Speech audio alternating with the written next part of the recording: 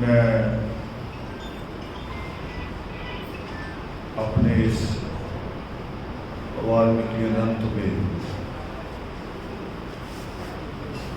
क्योंकि इसी मोहल्ले में मेरा जन्म हुआ, मैं बड़ा हुआ, तो यहाँ मैं कभी बोलता नहीं, हर बार टाल देता हूँ। मगर आज कई साथी धीरे धीरे मेरे पास आए और कहा कि कुछ ना कुछ कहना जरूर चाहिए। तो मैं आज का जो एक सब्जेक्ट है, जन्मदिन,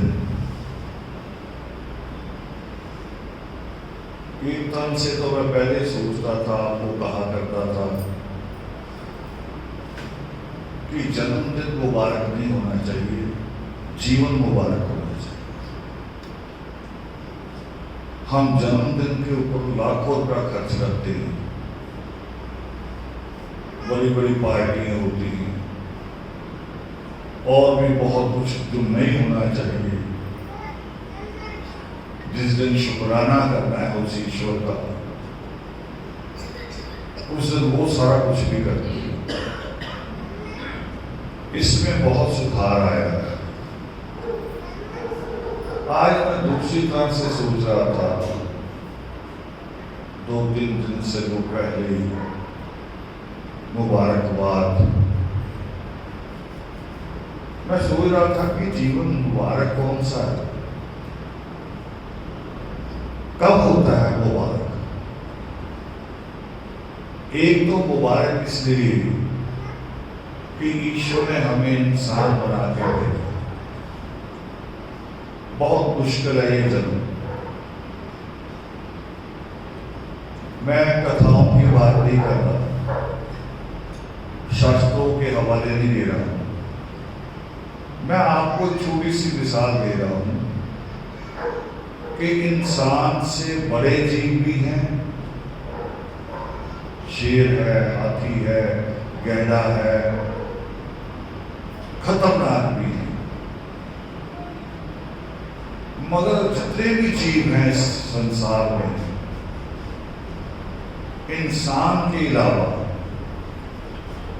किसी के जीवन में ऐसे परिवर्तन हुए। शेर बहुत शक्तिशाली है, मगर आज भी बनी बनाई गुफाओं में रहता है।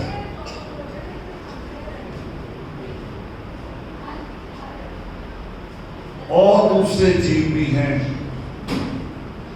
हाथी के बारे में जब देखते हैं, रिसर्चर कहते हैं कि हाथी सामाजिक जीव है, वो कुनबा बना के रहता है इकट्ठा, अपने परिवार से अलग नहीं होता। मगर हाथी के जीवन में भी ये परिवर्तन आया जो इंसान के जीवन में आया। इंसान भी गुफाओं से शुरू हुआ था, फिर गुफाओं से धीरे धीरे घास फूस के घर बनाए,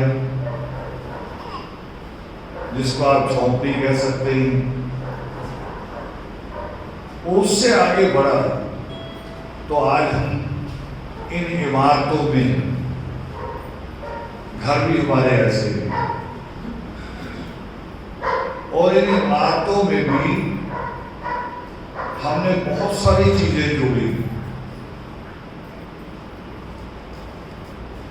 एक कुदरत के नियम है, बारिश ज्यादा हो जाए तो उसके बाद भूकंप आता है, चट्टानें गिर सकती हैं नीचे भी। अब आदमी ने ये भी किया कि ऐसा घर बनाएंगे कि भूकंप आए उधर गिरे। आदमी ने ये किया, किसी और जीव ने किया। बहुत सारे जीव ने भी की, अब एक ऐसा पक्षी जिसको आप बिजरा बोलते बिया, उसका घोंसला जो लटकता रहता है और वो घोंसले को हमसे भी खूबसूरती से मिलता है। औरतें कभी कभी सर्दियों में स्वेटर बनाने लगती हैं। कितनी सिलाई खर्च होती है? 6, 2 पहले, 4 जाके लास्ट में गले पे, और 10 उंगली, 6 सिलाई, 10 उंगली खर्च होती है। उसके बाद भी जब बच्चे को पहनाते हैं तो बच्चा कहता है यहां से टाइट है, गला टाइट है, कोई कमी रह जाती है।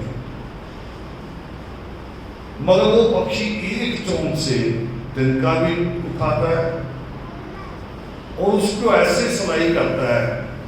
आदमी ने तो लेट सिस्टम शुरू किया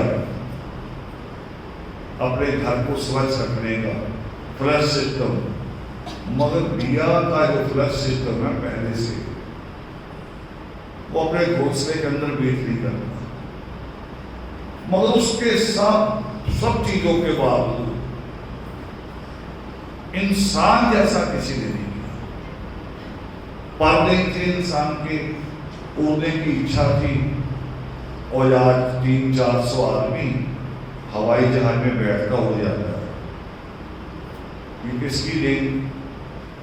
इंसान की, ईश्वर की नहीं है। ईश्वर ने आपको दिमाग दिया, ईश्वर ने दिमाग दिया, हाथ पैर दिए हैं। आप लोहा पिघलाओ, चाहे ये स्टैंड बनाओ, लोहा पिघलाओ चाहे चाकू बनाओ, ये आपकी बुद्धि पे निर्भर है। और ईश्वर को इससे कोई दिक्कत भी नहीं। उलझन में पड़ेगा तो आदमी पड़ेगा।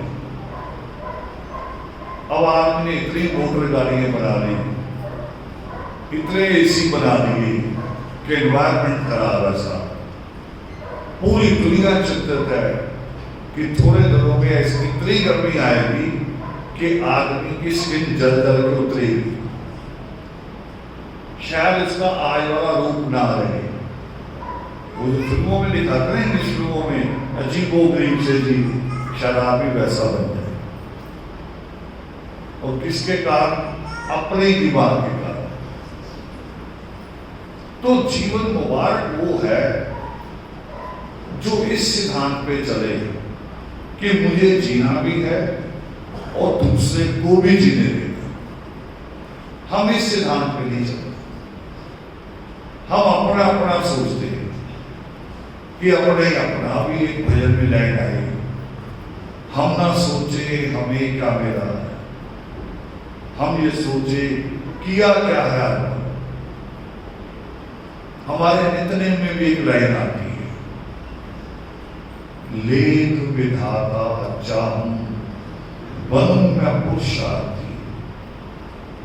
अब पुरुषार्थी होना बिल्कुल निजी, अपने आप में। पुरुषार्थ मीन्स मैं मेहनत करूं, पढ़ूं लिखूं, मैं मेहनत करूं, कारोबार करूं, मैं मेहनत करूं, बड़ा घर बनाऊं, वो निजी सारा कुछ। मगर उसके आगे एक लाइन है, लेख विधाता चाहूं बनूं मैं पुरुषार्थी। अगली लाइन क्या है? आलस्य घमंड ना हो कुछ नहीं, भाव ना हो परवाह। परवाह होता है जब दूसरों के लिए कर रहे हैं, और जब दूसरों की बात आती है तब हम आलसी भी हो जाते हैं, घमंडी भी हो जाते हैं। हम सोचते हैं कि मैं, मेरे पास, मेरी जेब, मेरी कमाई, मेरी मेहनत, इसमें से दूसरे को क्यों? बस यही गलती है। असल में धर्म ये है, धर्म ईश्वर के आगे मत्था टेकना नहीं। वो टेक भी दो तो ना भी टेको को फर्क नहीं पड़ेगा। वो कहता नहीं है, ये तो अदब है, हमारी अपनी एक समझ है कि जैसे बड़ों के पांव छूते हैं तो वो परम पिता है, उसके आगे भी नतमस्तक होना चाहिए। मगर उस ख्याल से नहीं होते कि उसने मुझे इंसानी जीवन दिया, इस ख्याल से भी नहीं होते कि उसने हाथ पैर दिए हैं, उसने बुद्धि दी है।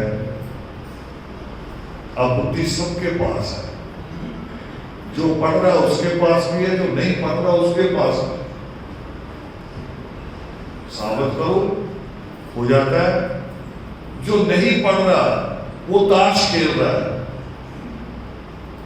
कितने पत्तों की? 52 पत्तों की ताश खेल रहा है। जो पढ़ रहा है वो 52 का आधा 26, इंग्लिश के अक्षर 26 होते हैं सब। हिंदी में तो मात्राएं होती हैं, बड़ी छोटी, पंजाबी में भी, इंग्लिश में कुछ नहीं। 26 अक्षर ही रह गए, 27वें अक्षर की जरूरत ही नहीं। ए और टी लिखो ऐड, उसके आगे बी लगाओ बैड। कुछ लोग इसमें दिमाग लगाते हैं, कुछ लोग पत्तों में दिमाग लगाते हैं आगे पीछे, और पढ़ाई में कहते हैं दिमाग नहीं चलता। यानी आपको ईश्वर ने, यानी ईश्वर का विधान सबसे ज्यादा लोकतांत्रिक है, सबसे ज्यादा लोकतांत्रिक। आपको अधिकार दिया जो आप नहीं करना, क्योंकि जो करोगे वैसा आपका जीवन बन जाएगा। और वैसा जब जीवन बनेगा, आज का जैसा दिन मेरे लिए बना रहे, जब आपको कोई उसी दिन के लिए आपको कहे कि जन्मदिन मुबारक, तो सोचना है कि मेरा जन्मदिन मुबारक है कि नहीं।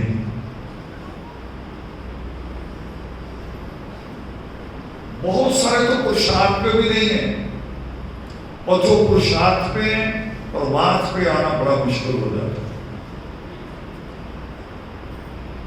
मगर हमने आदर्श परिवार में शुरू से एक नियम बनाया कि हमने एक दूसरे का हाथ पकड़ के आगे बढ़ना है, और कोई तरीका ही नहीं है। इसका कारण भी है, मैं किसी बच्चे को गाली दूं, बताओ उसकी मां खुश होगी, उसके माँ बाप खुश होंगे? नहीं हो सकते। और मैं यही सिद्धांत ईश्वर के बच्चों से प्यार ना करूं तो ईश्वर कैसे खुश हो जाएगा? ईश्वर मथा देखने से खुश नहीं होगा, ईश्वर इंसानियत पैदा करने से खुश। कुछ लोगों ने धर्म सोच लिया है, मैंने ये पहन रखा है, कई लोग इसको धर्म समझते हैं। ये कोई धर्म नहीं है, ये मेरे कमजोर मन की निशानी है। मेरा कमजोर मन डोल न जाए, ये मुझे याद कराती है कि मैंने 3 संकल्प लिए। अंधविश्वास नहीं करूंगा, नशाखोरी नहीं करूंगा, और अनपढ़ता मिटाऊंगा। ये मेरे कमजोर मन को याद कराने का तरीका है, और कुछ नहीं। लोग इसको धर्म मान लेते हैं। कोई गात्रा पहनता है तो उसको धर्म मानता है, कोई जनेऊ पहनता है वो उसको धर्म मानता है, कोई टोपी पहनता है उसको धर्म मानता है, कोई पगड़ी पहनता है उसको धर्म मानता है। मगर वो धर्म नहीं। धर्म वो है जो हमारे हृदय में दूसरों के लिए करुणा पैदा करे, दूसरों के लिए और ऐसों के लिए।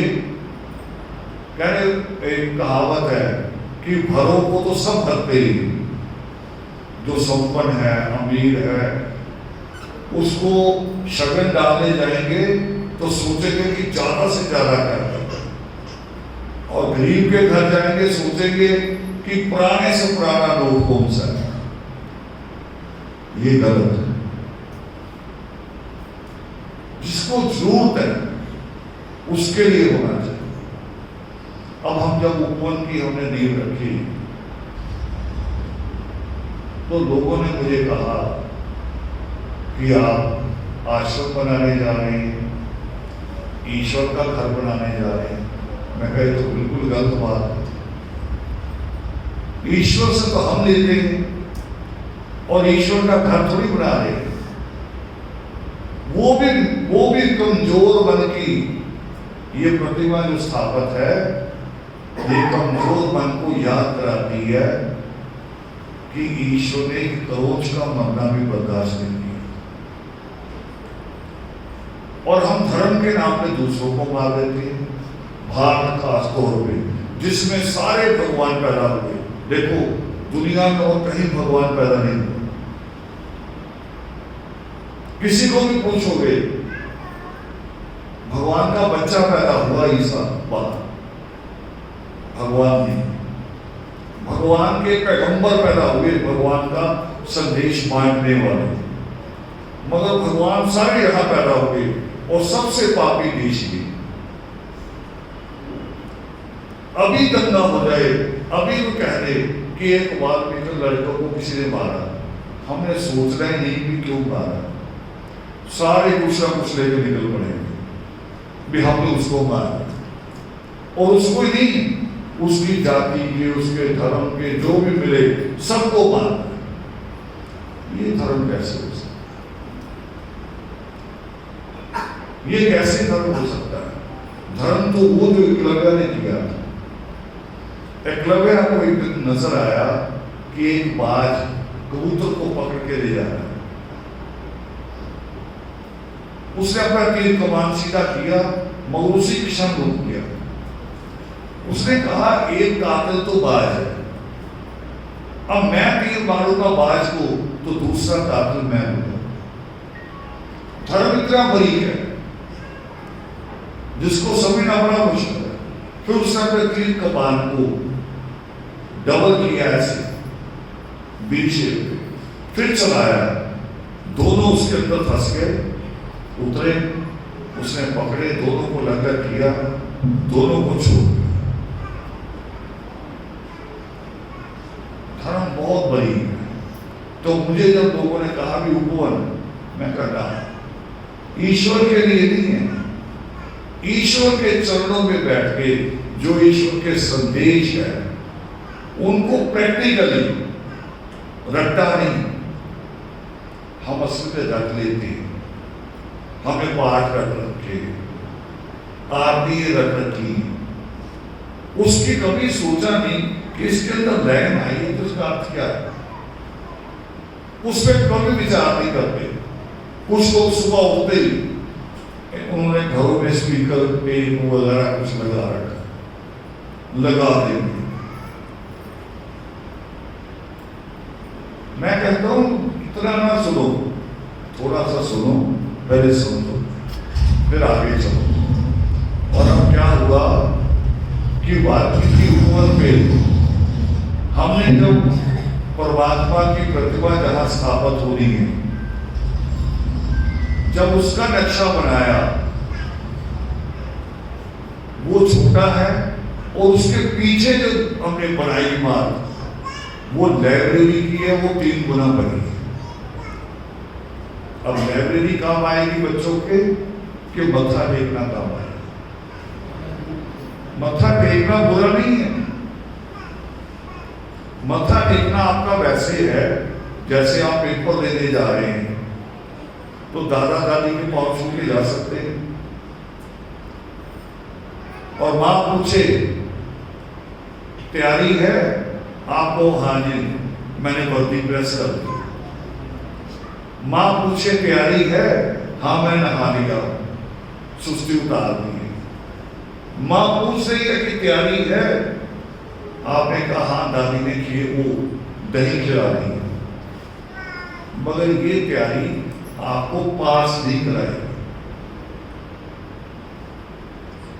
कौन सी तैयारी पास कराएगी?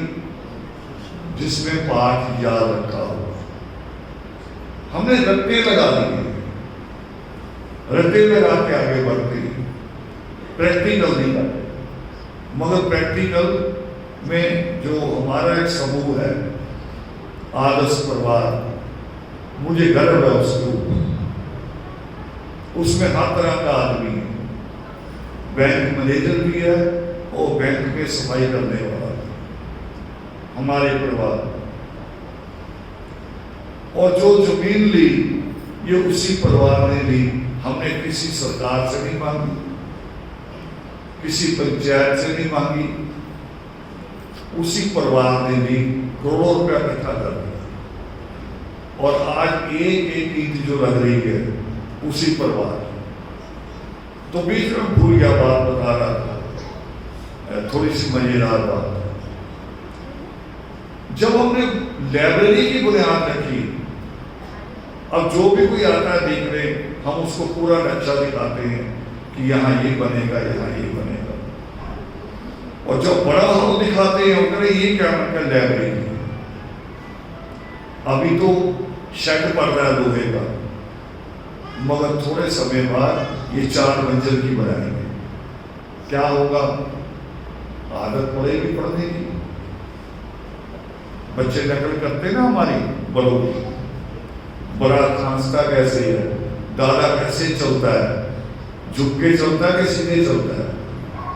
अगर दादा बैठ कर अखबार भी पढ़े तो बच्चा ये भी सीखेगा कि नहीं। मैंने कहा ये कर रहे हैं। अब हुआ क्या, वहां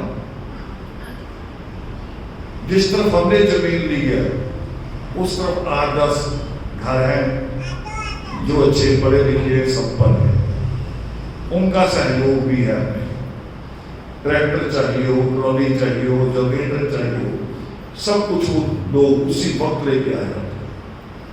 मगर जो गांव का बाकी हिस्सा है, हमारा ध्यान उसमें, वो बाकी हिस्सा वो है जहां बच्चे मन करे तो पढ़ने जाते, मन ना करे नहीं जाते। एक छोटी सी बेटी है, शायद 5वीं 6वीं क्लास की होगी, आप लोगों ने देखी होगी। मैं उसको बहन कहता हूं, तो मिलते हुआ छोटी सी। उसको पूछा तुम स्कूल नहीं गई? कह रही वो बगल वाली लड़की तैयार नहीं हुई, फिर मैं भी लेट हूं। माँ बाप को भी नहीं पता। अब मैं ऐसे बच्चों को अनपढ़ ही रहने दूं कि नहीं अनपढ़ रहने दो, ये आश्रम में आके झाड़ू मारेंगे, सफाई करेंगे, काम आएंगे। बताओ मेरा मन पापी हुआ कि नहीं? अब जब हमने कहा कि नहीं जाना है भाई, स्कूल तो जाना ही पड़ेगा, नहीं तो हमारे से बात नहीं करनी। अब गांव के उस हिस्से के बच्चे कम आते हैं, शुरुआत होती गई, कम आते हैं। उनको 2-4 बच्चों ने जाके कहा भी आओ आपको वहां बुला रहे राम साहब। करे नहीं नहीं, वो पढ़ाई वाला बाबा आ गया, आशीर्वाद वाला नहीं, पढ़ाई वाला। मैं कह रहा हूं आशीर्वाद में होता क्या है? कुछ भी नहीं। दूसरों को कहते हैं, एक शायर का शेर है, क्या देते हम किसी को दुआए सलामती, अपनी ही जिंदगी का किसे एतबार। अपनी जिंदगी का पता नहीं, दूसरों को कहूं 100 साल जियो, हो सकता है। ये ही नहीं, ऐसे सत्संग भी लोग करते हैं, जगराते भी करते हैं, कीर्तन करते हैं, मगर करते क्या सोच के हैं कि बस सुबह ही जीवन में परिवर्तन आ जाए। जीवन में परिवर्तन नहीं आएगा, अपनी सोच में ना आएगा। सोच में परिवर्तन, सोच में परिवर्तन है नहीं। मत्था टिकी जा रहे, रात भर वो जोर जोर से लोग ढोलक पीट रहे हैं और कहते जैसा। कभी कभी तो रोड बंद कर देते 3-3 दिन के लिए। क्या हो रहा है? जगराता होने जा रहा है, 3 दिन लोग परेशान।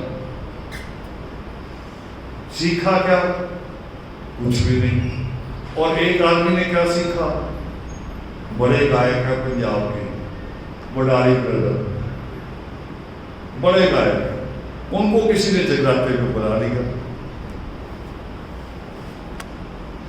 गए तो उनको बिठा दिया एक कमरे में, कह रहे जी अभी छोटे गायक गा रहे हैं, 11 बज जाए, जब बहुत रश हो जाए शहर का, फिर आप मंच पे आएंगे, उससे पहले खाना खा लो। वो करे ठीक है, खाना खिला दो। अब खाना आ गया, पूरी कड़ाह खीर पनीर भी होगा। वो उठा देखे दोनों भाई, कह रहे ये क्या है? कह रहे खाना। कह रहे ना भी ना मुर्गा लाओ, गोश्त लाओ। वो कह रहे जगराते में आए हैं। वो कह रहे जगराते में आए तभी तो कह रही हैं, हमें रोक रहे हो। देवी का शेर क्या खाता है बताओ? घास खाता है। जब वो खाता है तो मैं भी खाऊंगा। यानी उल्टी चीजें सीखी, अच्छी चीजें नहीं सीखी। अंतिम बात कहनी है मैं बोलता नहीं यहाँ पे, क्योंकि मुझे यहाँ हर किसी ने हर रूप में देखा है। अंतिम बात कहनी है कि वाल्मीकि उपवन आज बहुत छोटी सी जगह है, 2.25 एकड़, मगर लोगों के लिए बहुत बड़ी है जो लोग देखने आते हैं, क्योंकि इतना बड़ा कोई है ही नहीं। वाल्मीकि तीर्थ के अलावा इतनी बड़ी जगह कहीं नहीं, मगर हमने जाना है 100 एकड़ की तरफ। 100 एकड़ की तरफ, उसमें कॉलेज भी बनना है और बीएससी नर्सिंग कॉलेज। ये भी याद रखना है मेरी बात, आज बने कल बने 2 साल 4 साल बाद बने। क्यों? क्योंकि पढ़ाई भी वो करवाओ बच्चों को जिसका रोजगार मिल जाए। आज एमबीए वाले घूम रहे बेचारे बेकार, कॉमर्स वाले बेकार घूम रहे हैं, बीटेक वाले बेकार। बीटेक का जब अन्ना ने आंदोलन किया था 2012 में, मैं एनडीटीवी पे था, तो एनडीटीवी पे ही एक बहुत अच्छे रिसर्चर है, उनसे बात हो रही थी। मैं अपने सेमिनार की बात कह रहा था कि आप हमारे सेमिनार में आया करो, बच्चों से बात करो।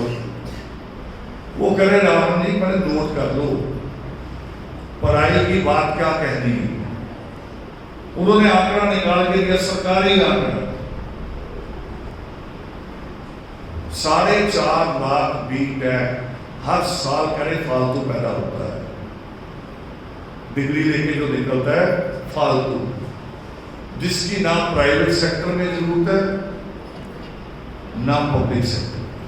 पब्लिक सेक्टर म्हणजे सरकारी नौकरी है ही नहीं। अब बताओ वो बच्चा और उसके माँ बाप क्या करेंगे? हमें इन छोटी छोटी बातों पे भी ध्यान करना है। और ये बात मैं क्यों कह रहा हूं उस परमेश्वर की हाजिरी में, और कहा क्या उस परमेश्वर ने हमें, उसी के अनुसार कह रहा हूं। उन्होंने कहा तप, दान और तीरथ से भी आपकी मुक्ति नहीं हो सकती। जितना मर्जी तप करो, दान करो, तीरथ करो, आपकी मुक्ति नहीं हो सकती। बाबा लोगों को कभी देखा तप करते हुए? जैसे अगरबत्ती जलती ना, पेड़ काट के उसको ऐसे लगा लेते हैं, आग नहीं होती, सुलग रहा होता है धीरे धीरे। और सर्दियों में तो लोग पखंड करते हैं जिसको जरूरत होती है, लोग कहते बाबा तप कर रहे हैं।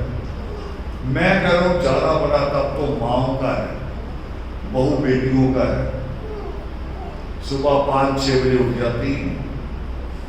अब तो गैस वाले चूल्हे आ गए हैं, पहले ये नहीं थी। आंखें भी धुएं से चले जाती थी, हाथ सड़ जाता था, लाइट आती थी नहीं आती थी। बताओ तब किसका बड़ा? और फिर देखो दिल कैसा। अगर कोई रात को लेट देर सवेर को रिश्तेदार आ गए, रिश्तेदार ना भी हो, कोई पति का मित्र आ गया, 10 बज रहे हैं, तो रसोई में काम करने वाली जो माँ है, बहू है, बेटी है, उसको दिल ही ईश्वर में लग गई है। वो कहेगी कि चाहे मेरे अपने हिस्से का खाना देना पड़ जाए, मगर मेरे परिवार की मर्यादा बनी रहनी चाहिए कि कोई भूखा ना लौट जाए। ये एक ईश्वर ने गुण दिया मां, और भी गुण दिए हैं, और तो अपने आप को कमजोर समझती है, मगर ईश्वर ने तो गुण औरत को दिए, आदमी के पास नहीं। पंजाबी में एक कहावत है, मैं एक कॉलेज में था लड़कियों के, तो लड़कियों ने सवाल कर दिया कि हमें कमजोर माना जाता है। मैं कहा आप कमजोर कैसे? एक टीचर ने मेरे कान में बोल दिया, कह रही वो कहावत है, कहा जाता है कि औरतों की अकल जो है वो चोटी के पीछे। मैं कहा ये तो बड़ी बात है, चोटी के अंदर दबी हुई बच तो गई, आदमी की तो वो नहीं बची होगी। औरत को गर्व करना चाहिए इसके ऊपर कि उसके पास अकल है, तभी वो कल्पना चावला बनी कि नहीं बनी। ग्रह से जाते वो ग्रह को देख रही जाती थी। तो ईश्वर ने कहा है कि तप, दान और तीरथ से तुम्हारी मुक्ति नहीं होगी। तप, दान, तीरथ कैसी चीजें हैं? वैसी ही जैसे बच्चे ने यूनिफॉर्म पहन ली, नाश्ता अच्छा कर लिया, नहा लिया, दही खा ली, है ना, पेन भी नया ले लिया, मगर पेपर में लिखने वाली बात याद नहीं। और ईश्वर यही कहते हैं अगली लाइन उनकी कि तुम्हारी मुक्ति ज्ञान से होगी, ज्ञान से मुक्ति होगी, और ज्ञान से ही मुक्ति होती है। हम कोरोना से जो मुक्त हुए हैं, बताओ झाड़ फूक से हुए हैं? किसी बाबा ने किया कोरोना दूर? जितने पादरी थे कहने वाले कि जो वो दुआ करता हूं ठीक कर देता हूं, हाथ रख लो जहां जहां दर्द है। कोरोना के समय सारे पादरी भाग गए, कादरी भी भाग गए, मंदिर गुरुद्वारे सारे बंद हो गए। किसने बचाया? इंसान के ज्ञान ने। इंसानों ने सर्च की 6 महीने, साल, फिर इंजेक्शन निकाला, कहा कि ऐसे बचे। कहां से आया इंजेक्शन? ज्ञान से। ज्ञान बड़ी चीज है। तो हमने जो बुनियाद रखी वो ईश्वर की कृपा, ईश्वर का शुक्राना वो करना जरूरी है कि तुमने जन्म दिया हमें से। मगर आगे हम कर क्या रहे हैं? उस तरह से कर रहे हैं जैसे दादी के घुटने दबाना जरूरी है कि दादी की बात मानना जरूरी है। और जितने आवारा होते हैं दादी की बात नहीं मानते, बिना वजह उसको घुटने दबाए जाएंगे। क्यों? क्योंकि 50-100 रुपया चाहिए हमारा करने के लिए। और दादी भी समझती है। किसी दादी से पूछ लेना कि घुटने दबाने वाला अच्छा है या जो सुबह 7 बजे किताब उठा के निकल जाता है वो अच्छा है। अनपढ़ दादी भी कहेगी कि सुबह 7 बजे जाने वाला अच्छा है। अगर अनपढ़ दादी को ये बात पता है तो फिर मेरी बात लास्ट कर रहा हूं, ईश्वर के घुटने दबाओगे तो ईश्वर को नहीं पता होगा कि ये नालायक है, ये चमत्कार चाह रहा है, मेहनत से चीज चुरा रहा है, ये सोच रहा बस ऐसे कुछ हो जाए। और ऐसा दुनिया में कभी कुछ नहीं होता, कभी भी कुछ नहीं। मैंने अभी थोड़े दिन पहले एक लाइन लिख के लगाई वहां फोन पे कि जीवन सबसे अनमोल चीज है ईश्वर की, और खास तौर पे इंसानी जीवन। इसको हमें पूरी लगन, पूरी ईमानदारी और पूरी नेमत मान के कि उसकी देन है। नेमत मानना भी बीच में, अपना अहंकार नहीं बनाना कि मैं ही मैं, उसकी नेमत मान के जीना। और जीवन हमारे हाथ में, जन्म और मृत्यु हमारे हाथ में नहीं है, जीवन हमारे हाथ में। बिल्कुल वैसे जैसे पेंटिंग बनाने वाले बच्चे के हाथ में पूरा कागज होता है, वो जैसे मर्जी रंग भर जाता है। जीवन भी वैसा ही है, आप जैसे रंग भरोगे जीवन वैसा बन जाता है। हमारे साथ हादसे हुए, आप सबको पता है जो हुआ। मैं कह रहा हूं ईश्वर कभी किसी दुश्मन के साथ भी ऐसा, मगर हम कमर तोड़ के बैठे नहीं। असर हुआ है, दीवार पे भी असर है, दिल पे भी असर है। पता नहीं कब याद आ जाती है, कब आंखें भर जाती हैं, मगर हिम्मत बनाई हुई है कि हमें बैठ के रोने से नहीं होगा, रोने से नहीं होगा, करने से होगा। जब लोग फौज में लड़ते हैं, उनके आगे उनके साथी गिरते भी हैं, मरते भी हैं, तड़प भी रहे होते हैं, मगर बाकी सैनिक अगर आगे बढ़ना छोड़ दे तो देश जीतेगा कि हारेगा? हार जाएगा। जीवन ऐसा संघर्ष है मुश्किल, मगर इतना मुश्किल नहीं है आदमी की पकड़ से बाहर निकलना। पेट्रोल पंप के ऊपर गाड़ियों में तेल डालने वाला आदमी 450 रुपये महीने के आज दुनिया का सबसे अमीर आदमी है हमारे। तो बताओ मुश्किल है? नहीं है, मगर समझ से, ज्ञान से। तो अंतिम बात कहने लगा वो बोल के लिए प्रार्थना है मेरी कि बहुत बड़ी जगह है वो, उसकी 4 दीवारी करने भी मुश्किल है। अभी और जमीनें उनकी बात चल रही है, तो 4 दीवारी करेंगे तो करोड़ों रुपया लग जाएगा। और मेरी इच्छा है कि 4 दीवारी से अच्छा है कि मैं वो चीजें बना दूं जो लोगों के काम आ जाए। 4 दीवारी भी हो जाएगी धीरे धीरे। तो उसकी सुरक्षा बहुत जरूरी है, उसकी सुरक्षा और सेवा, ये दोनों चीजों की बड़ी जरूरत है। आप लोगों के पास जितना भी समय हो, जितनी भी छुट्टियां मिले, वो सारी वहां जाकर लगाएं उसकी सेवा और सुरक्षा। ये सबसे ज्यादा बड़ा सवाल है। पुलिस वाले भी आते हैं, पुलिस स्टेशन नजदीक है, आते भी हैं, बैठते हैं हमारे पास, मगर वो भी कहते हैं कि माहौल खराब है पंजाब का, लोग नशेड़ी हो गए हैं, आपको सुरक्षा खुद करनी पड़ेगी। तो नशेड़ी आदमी तो घर को भी लूट के चले जाता है, उसके लिए बाकी कुछ नहीं। उसी गांव में 3 दिन पहले गुरुद्वारे के अंदर चोरी हुई है, अभी 3-4 दिन पहले।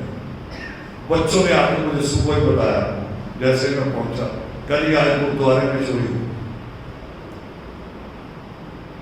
तो उसकी सेवा और सुरक्षा ये पहला दायित्व मान, आपका ये पहला काम है। और जो लोग रिटायर होते जाओ वो वहां आ जाओ, मगर बच्चों को किसी के लिए रखेंगे, समझ लो कारण है इसका। बच्चों को पढ़ाओ लिखाओ, अपने कारोबार में डालो। बच्चों को अगर रखेंगे तो आश्रम के टुकड़े हो जाएंगे। जैसे घर में ना बच्चे की शादी, फिर एक कमरा बना दो, फिर सारे वहां भी कहेंगे कि मेरे बच्चे की शादी, अब 2 कमरे और बना दो। उनके लिए नहीं, जो सेवा के लिए आए, सुरक्षा के लिए आए, उनके लिए। और ये नियम आप पे नहीं, हमारे ऊपर भी लागू है, सब हर किसी के ऊपर। तो ये एक इसकी अपने आप इसकी एक कमेटी बना लो,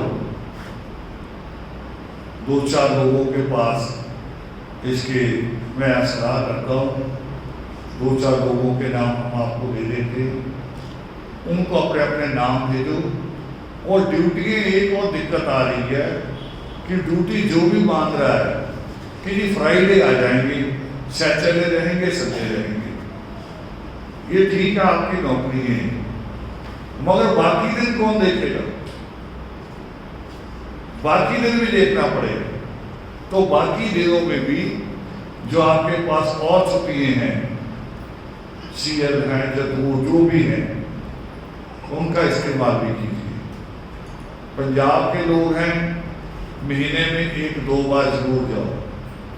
बाहर के लोग सुन रहे हैं मुझे, पंजाब के बाहर के, वो साल में 2 बार तो जरूर अपनी सेवा टाइम अपना कम से कम 1 हफ्ते का टाइम दें, चाहे वो इंडिया के अंदर है चाहे इंडिया के बाहर है, सबकी जरूरत हो।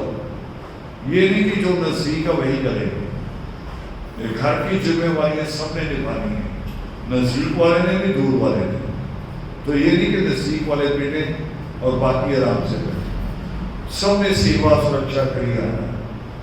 और हम उसको एक ऐसा अजूबा बनाएंगे कि जो आदमी भी भारत में उतरेगा, जिसकी फ्लाइट भी उतरेगी, वो कहेगा कि वाल्मीकि हुकूमत जरूर देखना। ऐसा अजूबा बनाएंगे आप लोगों के सहयोग से, क्योंकि हमारे बीच में क्या नहीं है, सबसे बड़ी चीज क्या है कि हमारे पास सरकारी एजेंसी नहीं है जहां रिश्वतखोरी होती है। हमने तो जो 1 रुपया खर्च करना है, उस 1 रुपये के ऊपर भी 50 पैसे, 1 रुपया हमारी अपनी मेहनत भी होगी साथ, वो भी उसी में शामिल होगी। तो उसके लिए जो एक दिशा देगा, जो सपना था हमारा कि जिस परमेश्वर ने दुनिया का सबसे पहला ग्रंथ रचा, जिसके काम में आदि कवि कहा जाता है, जिस परमेश्वर ने क्रोध की पुकार भी सुनी, जिस परमेश्वर ने मां सीता को शरण दी, उस परमेश्वर की शिक्षाओं का प्रसार हुआ।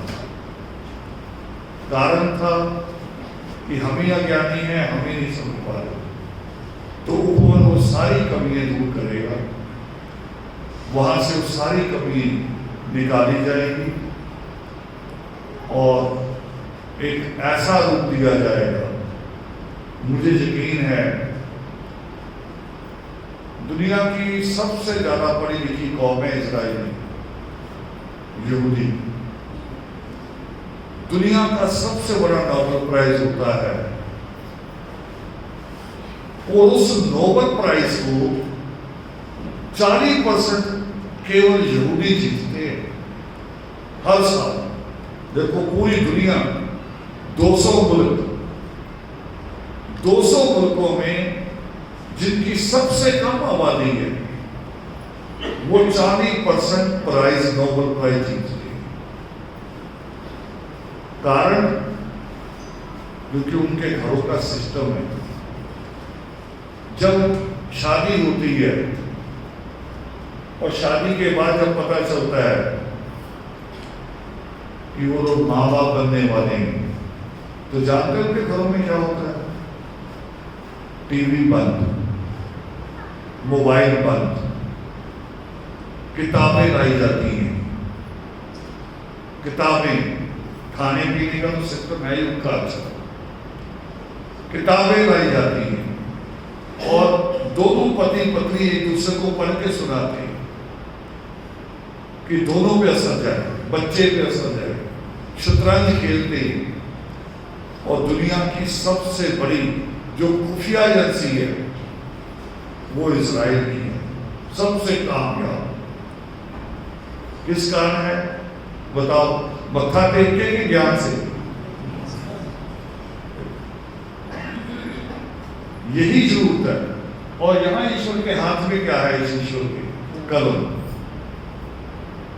तभी उन्हें आदि कवि कहते हैं। और हमें भी उस कलम को, महत्व को समझना है। जैसे सिख कहता है कि गुरुओं का हुक्म है 5 वक़्त, मुसलमान कहता है मेरे पैगंबरों का हुक्म है 5 वक्त की नमाज। हमें भी हुक्म है कि कलम हमारे जीवन में होनी जरूरी है।